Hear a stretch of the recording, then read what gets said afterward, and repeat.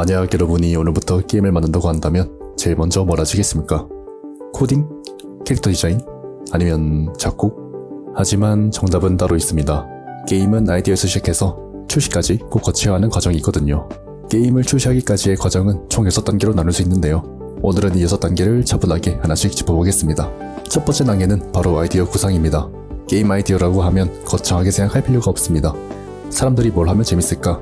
이 한 문장으로 시작하면 돼요. 예를 들어 적을 피해 생존하는 게임일 수도 있고 덱빌딩을 하여 카드 전투를 하는 게임일 수도 있죠. 심지어 쇼핑카트를 타고 빠르게 달려보면 어떨까 같은 황당한 아이디어도 충분히 가능합니다. 하지만 이 단계에서 정말 중요한 건 단순히 떠오른 아이디어를 적는 게 아니라 이 게임의 핵심 재미가 무엇인지 한 줄로 정의할 수 있어야 한다는 겁니다. 이게 뚜렷해야 개발 중에 방향을 잃지 않고 개발을 이어갈 수 있습니다. 두 번째 단계는 프루브 오브 컨셉, 핵심 재미 검증 단계입니다. 아이디어가 아무리 기가 막힌다고 해도 막상 만들어 보면 재미가 없을 수 있어요. 그래서 이 단계에선 화려한 그래픽이나 멋진 연출 제작 같은 건 잠시 미뤄두고 오직 핵심 메커니즘만 단순하게 만들어 보는 과정입니다. 예를 들어 총 게임이라면 멋진 총 모형 대신 그냥 네모 박스로 대체하여 단순히 탄을 쏘고 맞는지만 확인하면 됩니다. 액션 게임이라면 거대한 맵은 필요 없고 공격, 데미지, 체력 감소 이 정도만 동작하는지 실험하면 되죠. 이렇게 단순하게 만드는 이유는 재미 자체가 느껴지는지를 빨리 확인하기 위해서입니다. 힘들게 그래픽부터 다 만들었는데 막상 재미가 없어 다 무용지물이 되어버린다면 너무 슬프잖아요. 겉모습은 멋있어도 정작 해보면 재미가 없을 수 있기 때문에 핵심 재미부터 검증하는 게 훨씬 효율적입니다.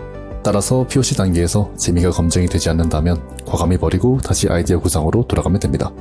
드디어 우리는 POC에서 재미가 검증되어 다음 단계로 왔습니다. 세 번째 단계는 프리프로덕션, 사전 제작 단계입니다.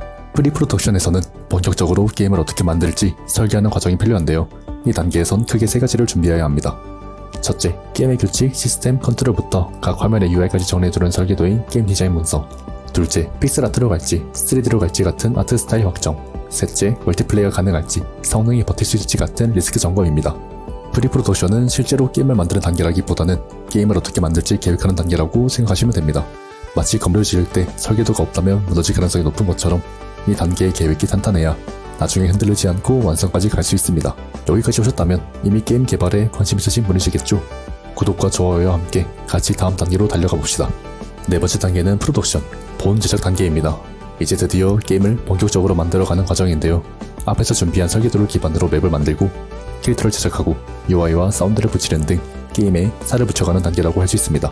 이 시기에는 새로운 아이디어를 추가하기보다는 이미 정해둔 기획을 실제 콘텐츠로 구현해내는 게 핵심입니다.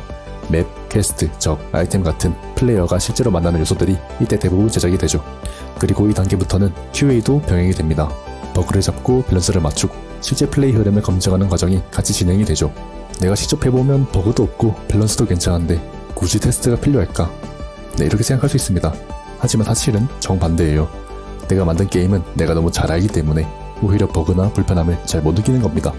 그래서 QA는 꼭 필요한 과정이라고 볼 수 있죠. 물론 회사 규모라면 전담 QA팀이 있지만 소규모나 1인 개발팀이라면 QA를 받기가 힘들죠.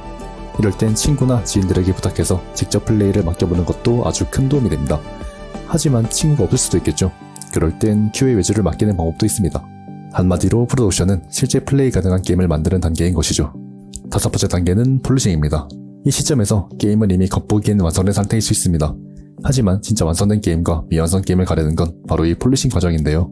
이 단계에서는 버그 수정이나 최적화는 물론이고 카메라 연출, 이펙트, 사운드, 애니메이션과 같은 디테일을 조정합니다.